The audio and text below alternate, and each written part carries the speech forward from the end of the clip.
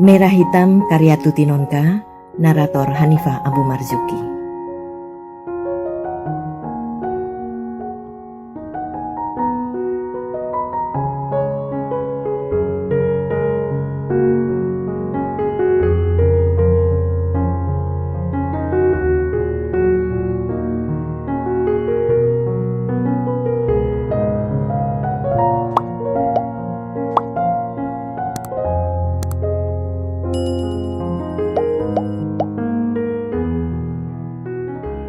Mbak Wiwi lagi ke tetangga belakang sebentar. Tunggu saja Mbak Tut, cuma sebentar kok. Sambut Dita gemericik. Kuncirnya yang berpita sumbu kompor bergoyang-goyang ketika berbicara. Duduk dulu ya Mbak, sambungnya mengulurkan 2 buah Femina. Trims, lagi ngapain nih? Masak? Sahutku sambil meletakkan pantat di pojok kursi. Enggak, cuma main-main kok. Dita melemparkan senyum sekali lagi dan menghilang ke balik pintu. Kubalik-balik halaman majalah wanita yang disodorkan Dita padaku. Sayang ruang tamu agak suram, sehingga huruf-huruf kecil itu tak kelihatan jelas oleh mataku. Lama-lama malah membuat pusing. Padahal pusing adalah jenis penyakit yang paling kubenci. Karena itu, kututup majalah itu dan duduk diam menunggu.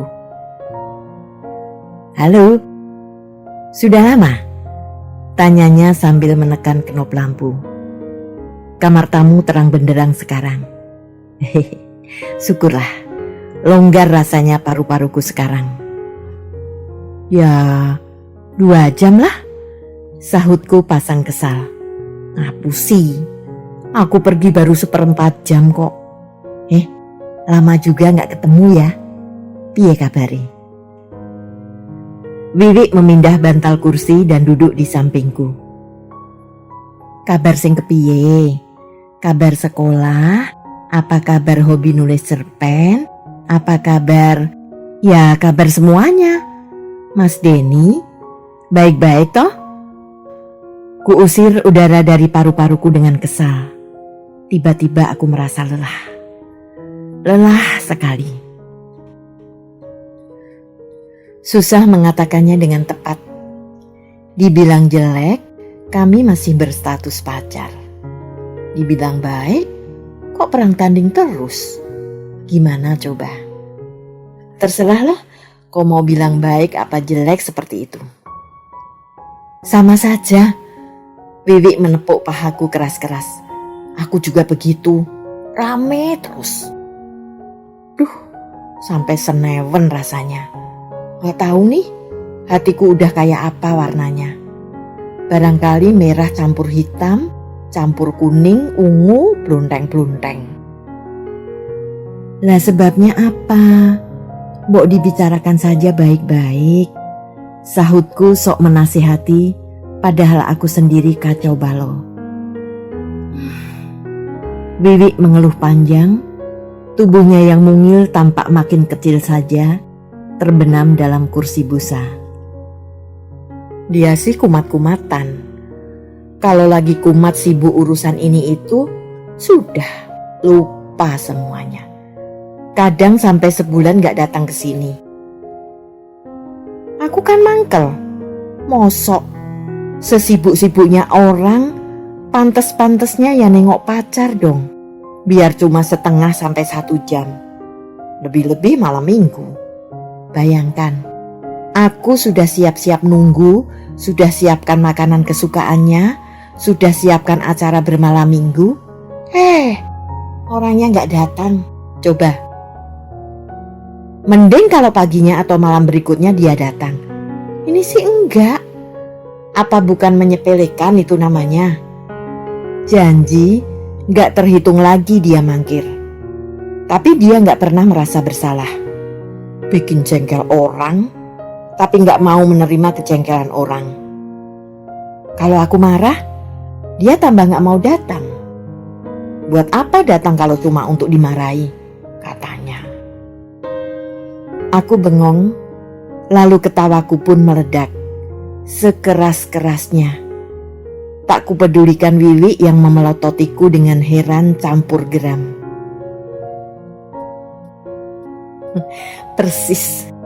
Persis dengan Mas Denny, kataku setelah tawaku reda. Dia juga begitu. Pada dasarnya, aku suka lelaki aktivis yang aktif ikut ini itu. Yang kerjanya tidak cuma tidur, kuliah dan mikir cinta melulu.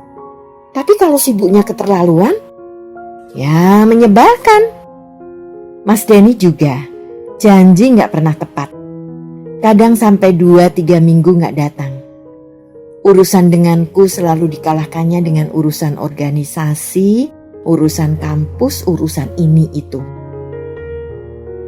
Wiwi menatapku dengan takjub.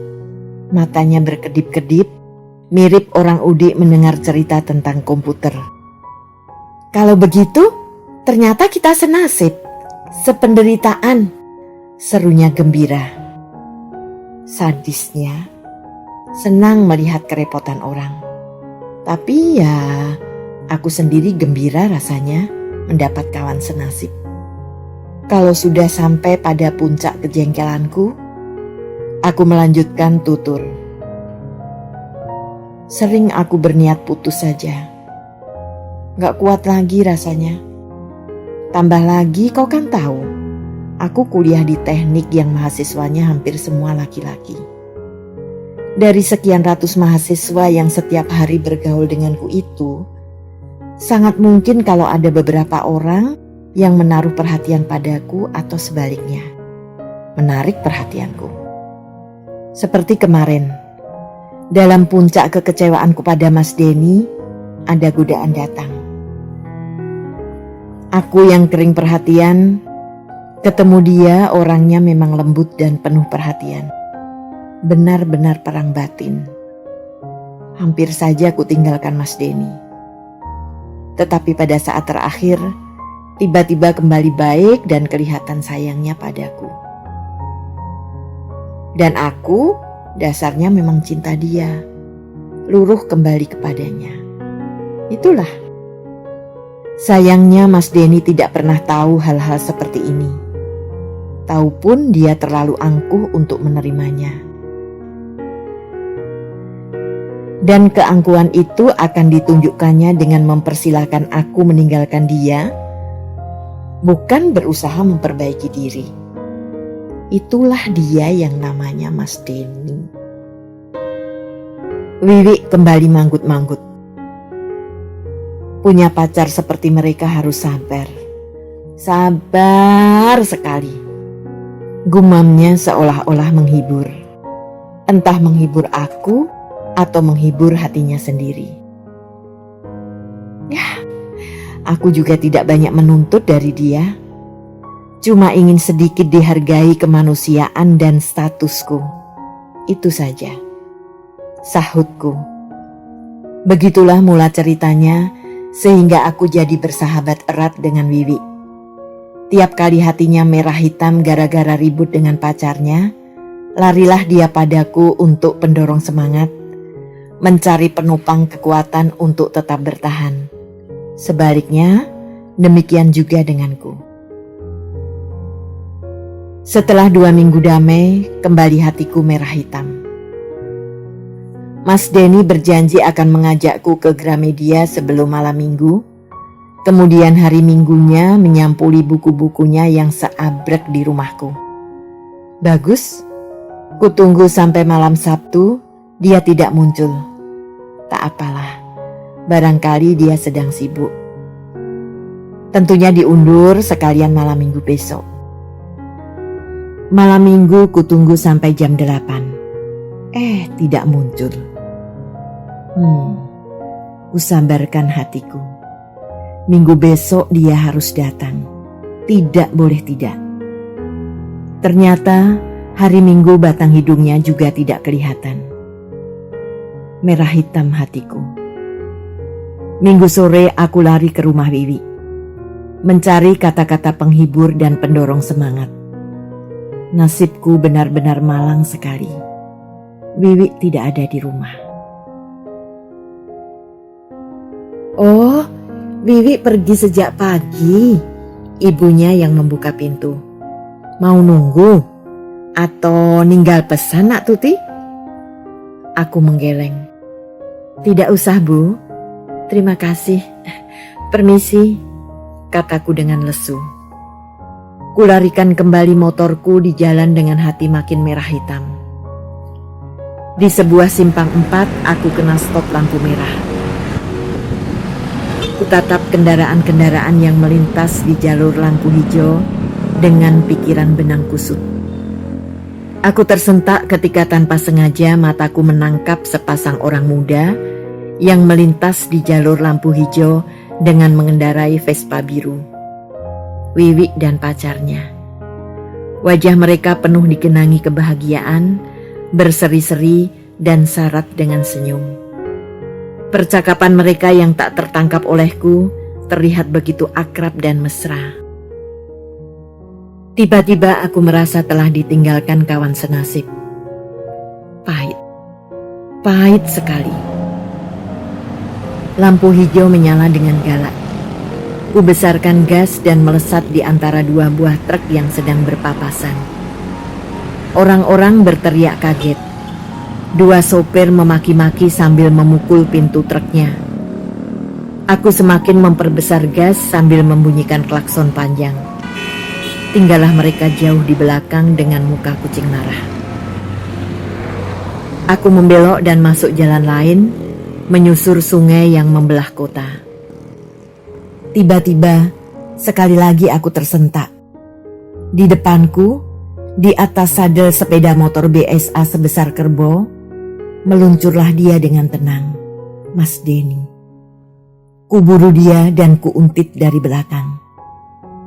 Karena kerbaunya tidak punya kaca spion, tokoh ini tidak mengetahui kehadiranku di belakangnya.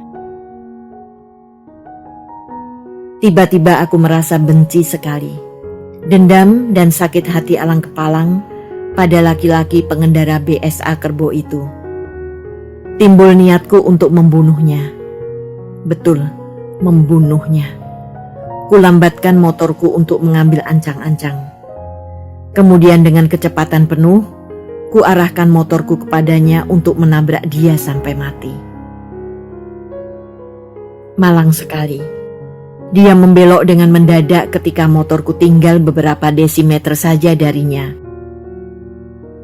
Jadilah aku melesat ke depan dan tepat disambut oleh sebuah bis yang muncul dari depan. Pecah bunyi yang amat keras. Aku terpelanting masuk sungai yang terbentang di samping jalan. Seketika aku merasa tubuhku ringan sekali, seakan bisa terbang. Ketika ku toleh kanan kiri dan bawah, ternyata aku memang telah terbang. Tetapi aku sendiri tidak bersama dengan tubuhku. Kulihat onggokan tulang dan daging itu tergolek di sana, di tengah sungai. Aku merasa sedih sekali berpisah dengan tubuhku. Tanpa dapat kutahan lagi, air mataku menetes, menggelinding sepanjang pipi. Sudahlah, jangan sedih. Di surga tidak ada duka.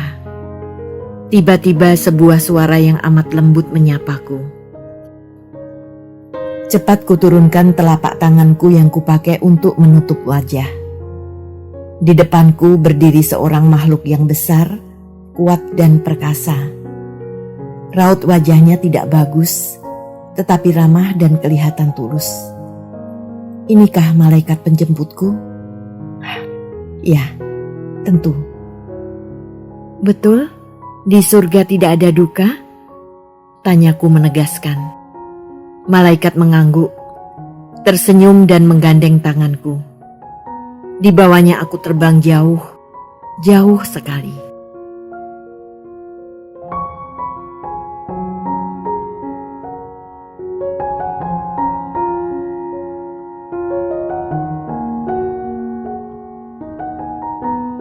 Terima kasih telah menikmati cerita ini. Tuliskan saran atau komentar di bawah untuk memperbaiki channel ini. Jangan lupa tekan tombol subscribe like, and share.